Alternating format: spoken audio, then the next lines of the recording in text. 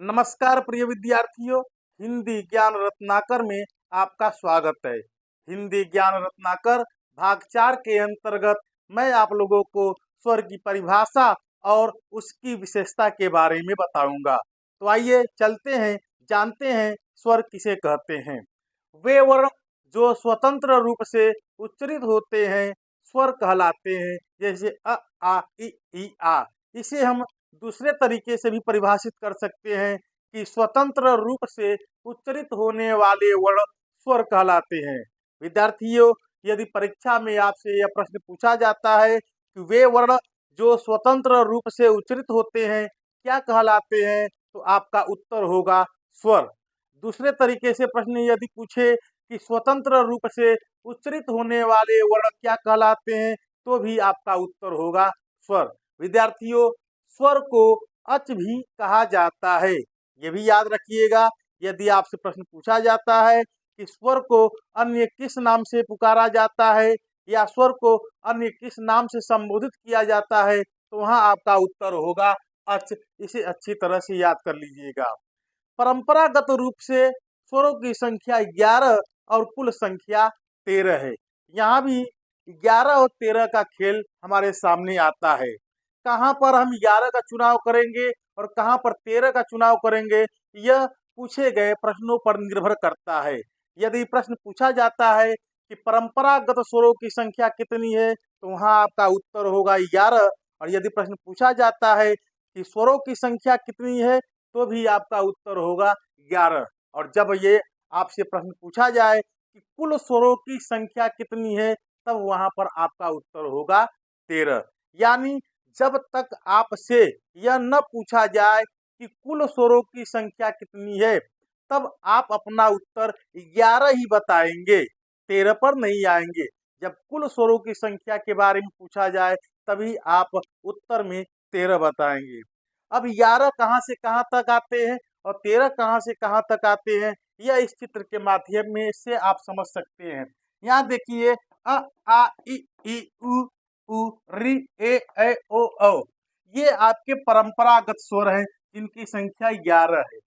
उसके बाद यहाँ से देखेंगे यहाँ तक, तक कुल 13 स्वर हो जाते हैं। विद्यार्थियों, एक बात आप और ये भी याद रखिएगा कि जब हम स्वरों को क्रमबद्ध तरीके से लिखते हैं, तो अक्सर लिखने में हम एक बड़ी गलती करते हैं कि हम री कहाँ पर लिखे।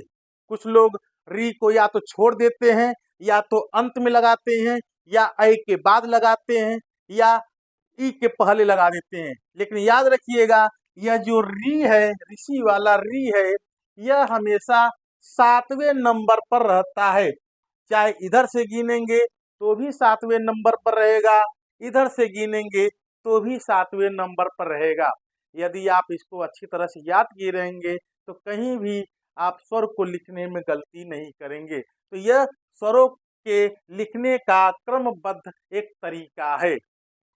आगे स्वर की अन्य विशेषता और परिभाषा के बारे में हम आपसे चर्चा करते हैं। विद्यार्थियों, यह है आपके सामने स्वर की अन्य परिभाषा तथा स्वर की विशेषता।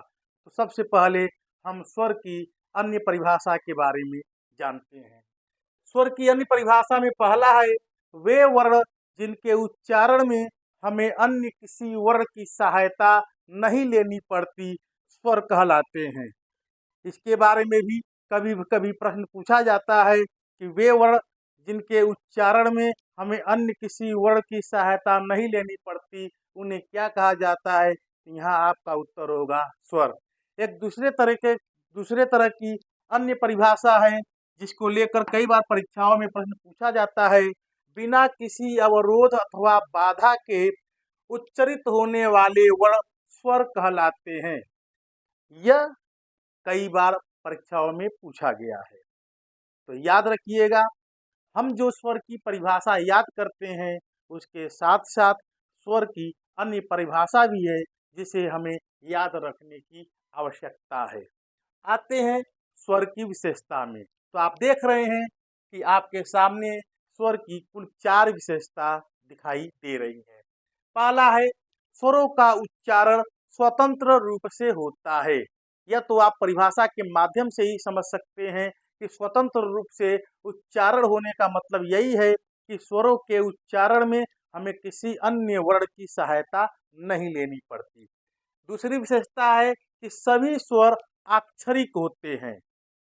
ये याद रखिएगा कि सभी स्वर अक्षरिक होते हैं। ऐसा क्यों?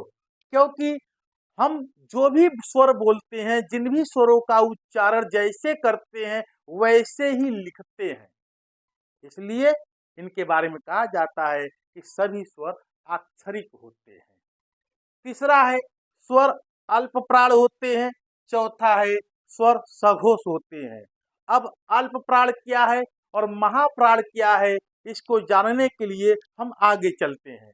हाँ तो विद्यार्थियों, जैसा कि आपने स्वर की विशेषता में पढ़ा कि स्वर अल्प प्राण होते हैं और स्वर सघोष होते हैं, तो सबसे पहले हम अल्प प्राण समझते हैं कि अल्प प्राण क्या है। लेकिन अल्प प्राण को जानने से पहले हमें प्राण के बारे में जानना है कि प्राण क्या है।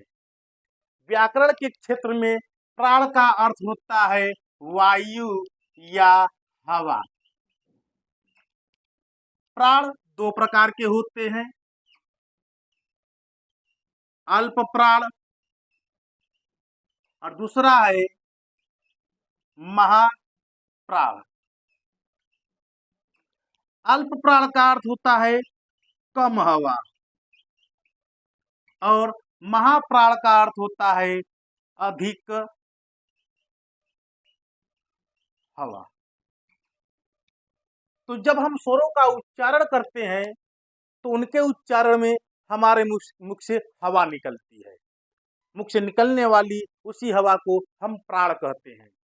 तो जिस स्वर के उच्चारण में या जिस वर्ण के उच्चारण में कम मात्रा में हवा निकलती है उसे हम अल्प प्राण कहते हैं, और जिस वर्ण के उच्चारण में अधिक मात्रा में हवा निकलती है उसी को हम महाप्राण कहते हैं।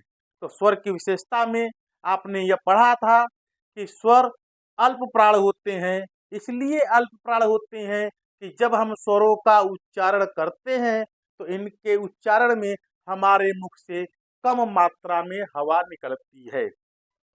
व्यंजन में भी अल्प प्राण और महाप्राण होते हैं, लेकिन हम कैसे पहचानेंगे कि कौन सा वर्ण अल्प प्राण है और कौन सा वर्ण महाप्राण है?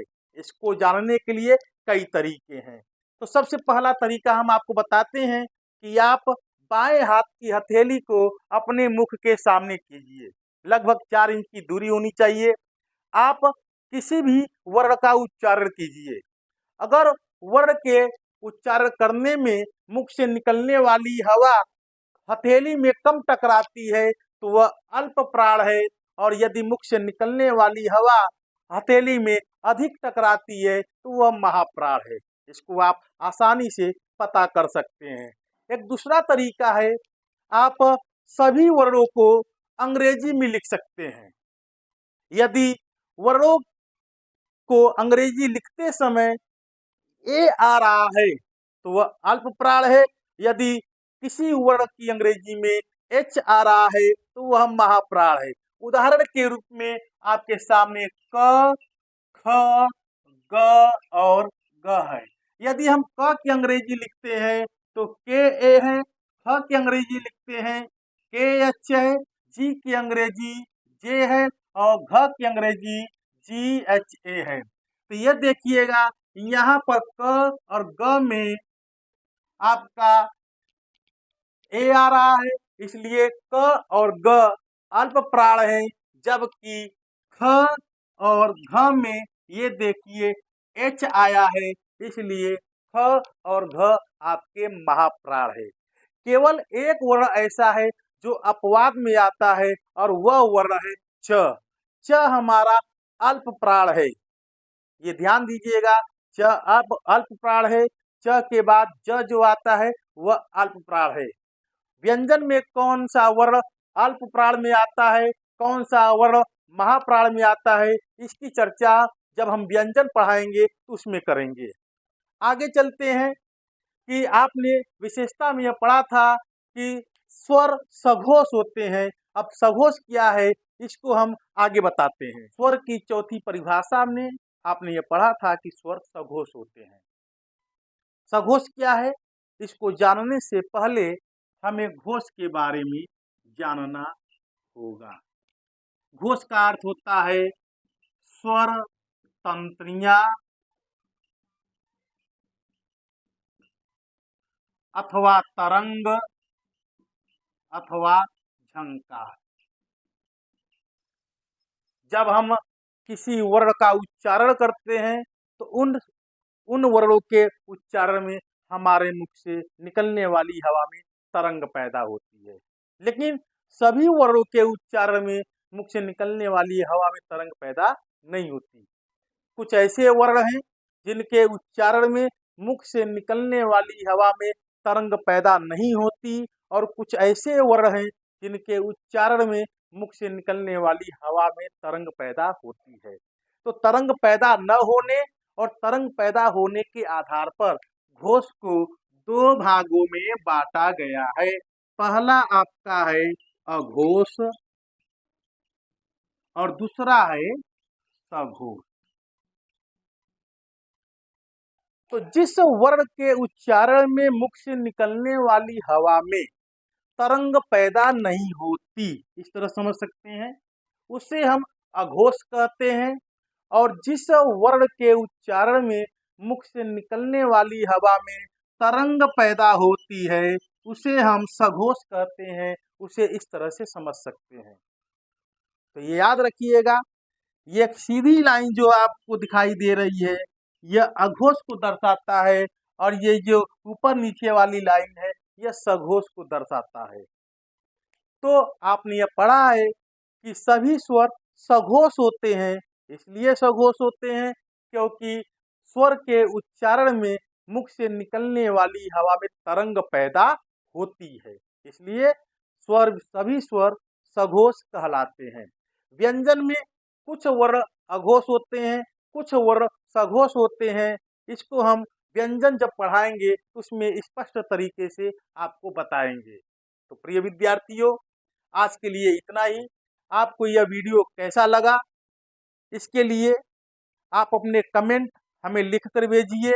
वीडियो को लाइक कीजिए, मेरे चैनल को सब्सक्राइब कीजिए, और साथ ही साथ अपने मित्रों को भी इस वीडियो को देखने के लिए प्रेरित करें ताकि व्याकरण में उन्हें अच्छी जानकारी मिल सके।